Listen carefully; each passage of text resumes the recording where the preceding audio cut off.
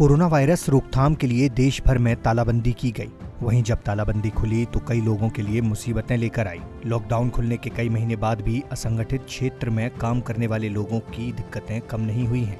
दिल्ली में लॉकडाउन खुलने के बाद ई रिक्शा चालकों का काम शुरू तो हुआ, लेकिन अब कमाई पहले जैसी नहीं रही, जिसकी वजह से चालकों के लिए ई रिक्शा का किराया निकाल पाना भी मुश्किल हो गया है। यहाँ की नांगलोई मेट्रो स्टेशन के नीचे ई रिक्शा की लाइनें लगी हुई दिखाई देती हैं, लेकिन सवारी नदारद होती है। चालक दिन भर सवारियों का इंतजार करते हैं, लेकिन सवारियां न होने की वजह से उनकी कमाई नहीं हो पा रही है।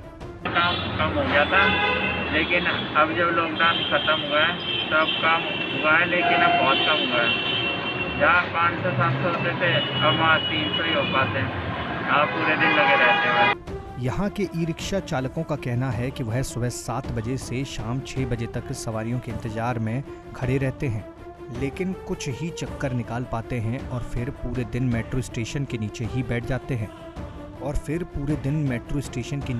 बैठे रहते हैं।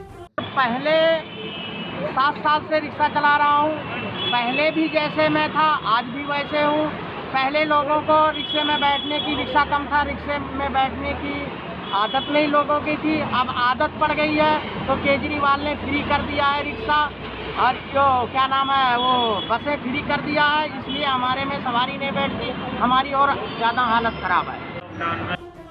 कुछ ई रिक्शा चालकों का यह भी कहना है कि दिल्ली सरकार ने जब से महिलाओं के लिए फ्री बस सेवा शुरू की है, तब से इस काम में बहुत फर्क पड़ा है, क्योंकि अब केवल 50% लोग ही ई रिक्शा से आवाजाही करते हैं। पहले जहां रोजाना उनकी कमाई 600 से 700 रुपए तक हो जाती थी, वहीं अब वह पूरे दिन में केवल 300 रुपए ही कमा पाते हैं।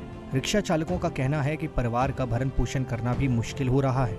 यदि यह स्थिति जल्द ठीक नहीं हुई तो उन्हें इस काम को छोड़कर कोई दूसरा काम शुरू करना पड़ेगा। Bureau report, ETV Bharat, Delhi.